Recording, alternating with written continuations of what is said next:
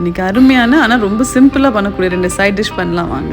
அதுக்கு mushroom எடுத்துகிட்ருக்கேன். Mushroom ஒரு 1/2 kilo mushroom இருக்குது. அதை சின்ன சின்னதாக கட் பண்ணிவிட்டு அதுக்கு ஒரு வெங்காயம், ஒரு தக்காளி, இஞ்சி, பூண்டு, பட்டை, கிராம்பு, ஏலக்காய் எல்லாம் மிக்சியில் போட்டு அரைச்சிட்டு அது நல்லா எண்ணெயில் போட்டு வதக்கிடுங்க.